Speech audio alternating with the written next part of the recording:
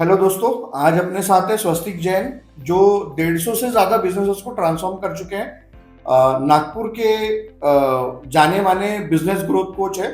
तो आज अपन इनसे स्वस्तिक सर से जानेंगे कि बिजनेसेस को कैसे ट्रांसफॉर्म किया जा सकता है, क्या इनसाइट्स है उनके, क्या एक्सपीरियंसेस है, और और भी बहुत कुछ उसमें से अपन जानेंगे। तो स्वस्तिक जी, स्वागत है आपका ये पॉडकास्ट में। Thank you Sushant. आपके 25 साल के एक्सपीरियंस में इंडियन बिजनेसेस किस तरीके से ट्रांसफॉर्म हो रहे हैं, जो आपने अनुभव किया है? देखिए, अगर अपन पहले की बात करें तो सारी चीज़ें मैनुअल होती थी और बिजनेसेस में जो बिजनेस का मालिक है वही मेनली बिजनेस चलाता भी था और उसको ये लगता था कि मेरे से अच्छा बिजनेस कोई नहीं चला सकता। लेकिन over a period of time generations बदल रही है, लोगों की सोच बदल रही है, टेक्नोलॉजी बदल रही है। तो इस वजह से अब बिजनेसेस मेनली फोकस ये कर रहे हैं कि हम कैसे भी स्केलेबल मॉडल में बिजनेस बनाएं और वो ग्रो करना ज़्यादा चाहते हैं, मगर फिर भी वो अपनी इस चीज़ से बाहर नहीं आ पा रहे हैं कि नहीं, अब हमको सीखना है कि हम स्केलेबल मॉडल बिजनेस का कैसे बनाएं। वहां थोड़ा सा हिच है, मुझे लगता है अगले 5 सालों में ये भी चेंज हो जाएगा। आप बात करते हैं 12 महीने में प्रॉफिट डबल करने की, तो ये बहुत सारे बिजनेसेस को सही नहीं लगता या सच नहीं लगता है। तो आप क्या बोलेंगे इस पे? देखिए, आप अगर एक बात समझेंगे कि समझ लीजिए कि कोई इंसान हॉकी खेल रहा है ना, वो अपने मन से हॉकी खेलता जा रहा है। अब वो अपनी हॉकी को खुद वॉच कर सकता है क्या?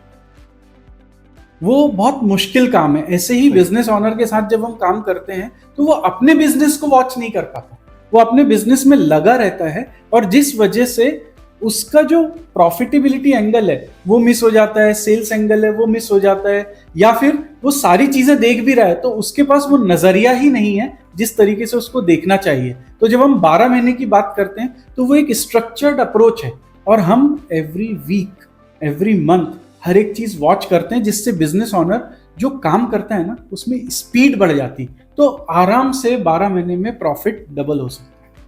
आपको क्या लगता है कि सिस्टम्स ज्यादा इंपॉर्टेंट है कि मोटिवेशन ज्यादा इंपॉर्टेंट है? देखिए, मोटिवेशन जो है ना वो बहुत लंबे समय तक नहीं चलता है, ऐसा हमने आजकल बहुत सुना है। मोटिवेशन जरूरी है, डेली मोटिवेशन जरूरी है, लेकिन सिस्टम्स आर इम्पॉर्टेंट, क्योंकि आप मोटिवेट होकर अगर गलत काम करोगे या काम सही तरीके से नहीं करोगे तो आपका रिजल्ट भी सही नहीं आएगा। तो आपको ये करना है कि आपको सिस्टम्स तो बनाने ही है, क्योंकि एक अगर आप बड़े बिजनेस को चलाना चाहते हो या छोटे बिजनेस को बड़ा बनाना चाहते हो, आप क्या है, अगर आप सिंपल वे में ऑब्जर्व करो कि आपके पास में 5 6 7 8 लोगों की टीम है, तो आप अकेले उनको इंस्ट्रक्शन दे सकते हो, आप फॉलो अप कर सकते हो, आप उनके साथ डे टू डे इंटरेक्ट कर सकते हो। लेकिन जब ये टीम साइज बड़ी हो जाएगी, 15 20 25 लोग, तो आप उनसे डेली बात नहीं कर सकते। तो आपको सिस्टम की जरूरत पड़ने ही वाली है। आपके कस्टमर्स बढ़ जाएंगे तो आप उनसे इंटरेक्ट नहीं कर पाओगे, तो आपको सिस्टम्स की जरूरत पड़ने ही वाली है। तो systems are inherent part of the business. अगर आपको बिजनेस को बड़ा करना है तो सिस्टम्स तो लगाने ही पड़ेंगे। सिस्टम्स मतलब सॉफ्टवेयर होते हैं क्या? नहीं, सिस्टम्स का मतलब सिर्फ सॉफ्टवेयर नहीं होता। देखिए, आप अगर हम पहले से जानना चाहेंगे तो पहले ना अकाउंटिंग कभी भी सिस्टम पे नहीं होती थी। मैनुअल में, अगर आपने सुना होगा चोपड़ा वर्ड, की चोपड़े में लिखी जाती है, रोकड़ में लिखी जाती है। तो बेसिकली सिस्टम्स तो तभी बन गए थे कि हमको क्या लिखना है क्या नहीं लिखना है। सिर्फ उसका हमने टेक्नोलॉजी में ट्रांसफॉर्मेशन किया है। टेक्नोलॉजी उस स्पीड को बढ़ा देती है कि किस तरीके से हम उस रोकड़ को लिखते हैं या उस ट्रांजेक्शन को लिखते हैं। तो आज भी अगर आप कोई भी काम करते हो तो टेक्नोलॉजी सिर्फ स्पीड को बढ़ाती है, सिस्टम सारे मैनुअली बनते हैं। एक बिजनेस अगर ऑटो पायलट पे है, ऐसा अपन बोलते हैं, तो उसका एग्जैक्ट मतलब क्या होता है? हाँ, आप क्या समझते हैं ऑटो पायलट से? पहले आप थोड़ा सा मुझे ये बताइए तो फिर मैं उसको क्लियर करता हूँ। मुझे ऐसा लगता है कि ऑटो पायलट मतलब जहां पे कम से कम इंटरवेंशन हो ओनर का, और अ, वो उसके बगैर भी जैसा चल रहा था वैसा ही चलता रहे। हाँ, तो आप इस चीज को समझ लीजिए कि बिजनेस में ऑनर की जरूरत कभी खत्म नहीं होती। ऑटो पायलट वर्ड जो है ना, वो वर्ड आता है, आपने फ्लाइट में कभी बैठे हो तो फ्लाइट में जब वो ऊपर जाती है तो वो ऑटो पायलट पे चलती है without interaction of the pilot. लेकिन वहां पे पायलट होता है ना। हम्म। सो होता क्या है कि जब फ्लाइट टेक ऑफ करती है तब उसको पायलट रन करता है। फिर जब वो एक स्टेगनेंट मोड पे आती है कि जहां पर कोई प्रॉब्लम नहीं आ रही है, उस जगह पर वो ऑटो पायलट पे चलती है। लेकिन जब वो उतरती है तब पायलट की जरूरत पड़ती है। हम्म। और अगर ऊपर भी जब वो ऑटो पायलट पे चल रही है, अगर कोई टर्बुलेंस आया तो टर्बुलेंस में क्या होगा, फिर पायलट को इंटरवीन करना ही पड़ेगा। सेम बिजनेस का ऑटो पायलट है कि अगर आप बिजनेस को ऑटो पायलट पे रन कर रहे हो तो आपके ऑपरेशंस ऑटो पायलट पे चले जाएंगे। आप अपने थोड़े बहुत सिस्टम्स लगा देंगे जो ऑटो पायलट पे चलेंगे, लेकिन आपको ऑब्जर्व करना पड़ेगा। जहां भी टर्बुलेंस आ रहा है बिजनेस में, आपकी जरूरत पड़ने ही वाली है। तो ऑटो पायलट मतलब एक बेसिक चीजों से आप बाहर निकलो ताकि आप ग्रोथ पर काम कर पाओ, राइट। बहुत सारे बिजनेस ओनर्स आज भी जूझते हैं कि मेरा काम डेलीगेट मैं कैसे करूं या फिर क्यों करूं। तो उसके लिए आप क्या सजेस्ट करते हैं, आपके पास में उसका क्या सोल्यूशन है? देखिए, मैं ऐसा नहीं बोलूँगा कि मुझे बहुत अच्छा डेलीगेशन आता है। मैंने भी बहुत सालों तक डेलीगेट करना ना मुझे आता ही नहीं था। मुझे लगता है मेरे से अच्छा काम तो कोई कर ही नहीं सकता। तो मैं हर काम को खुद ही करता था। लेकिन क्या होता है, आपकी कस्टमर सर्विंग कैपेसिटी लिमिटेड है। आप एक दिन में कितनी मीटिंग कर सकते हो? अगर आप सर्विस ऑर्गेनाइजेशन में हो, आप सर्विस दे रहे हो तो 2 4 5 मीटिंग कर लोगे। और अगर आप प्रोडक्ट ऑर्गेनाइजेशन में हो तो आप अगर अच्छे कस्टमर डील करोगे तो 5 7 कस्टमर डील करोगे। क्या आप इससे खुश हो? नहीं ना। तो आपको अगर अपने बिजनेस को स्केल करना है तो अपने काम को डेलीगेट करना ही पड़ेगा। और दूसरा, आप ना हर छोटे काम में उलझे रहते हो। हर छोटे काम में, हर फॉलोअप में आप इन्वॉल्व हो, हर कोऑर्डिनेशन में आप इन्वॉल्व हो, हर पेपर को पढ़ने में आप इन्वॉल्व हो, हर पेपर को बनाने में आप इन्वॉल्व हो। कितना कर पाओगे? तो बिजनेस आज की डेट में अगर स्केलेबल नहीं होगा तो आप ना प्रॉफिट अर्न नहीं कर सकते। इसलिए आपको डेलीगेट बिजनेस में आपको डेलीगेशन तो सीखना ही पड़ेगा। आप एक स्टोरी शेयर कीजिए, इसको और अच्छे तरीके से जानते हैं कि आपका कोई अगर क्लाइंट है जिसकी स्टोरी सुन के आपको सरप्राइज लगा हो। Surprise meaning what? सरप्राइज मतलब कि आपको पता ना हो या आपको ऐसा लगा हो कि शायद आपके नजर में ये इतना सक्सेसफुल या फिर इतना जो भी एक पैरामीटर आपके माइंडसेट में सेट हो कि ये शायद मेरे नजरिए में इतना ही होना चाहिए था, बट बंदे ने इतना कर लिया और उसको। मैं ना अपनी ही लाइफ के एक क्लाइंट के ट्रांसफॉर्मेशन की स्टोरी सुनाता हूँ। मुझे नहीं पता था कि हम इतना अच्छा कर पाएंगे। मैं क्लाइंट के साथ काम कर रहा था और उस टाइम पर मैं शायद बात कर रहा हूँ आज के 15 साल पहले की। तो हम लोग साथ में काम करते थे। तब मेरा भी एक्सपीरियंस बहुत लिमिटेड हुआ करता था।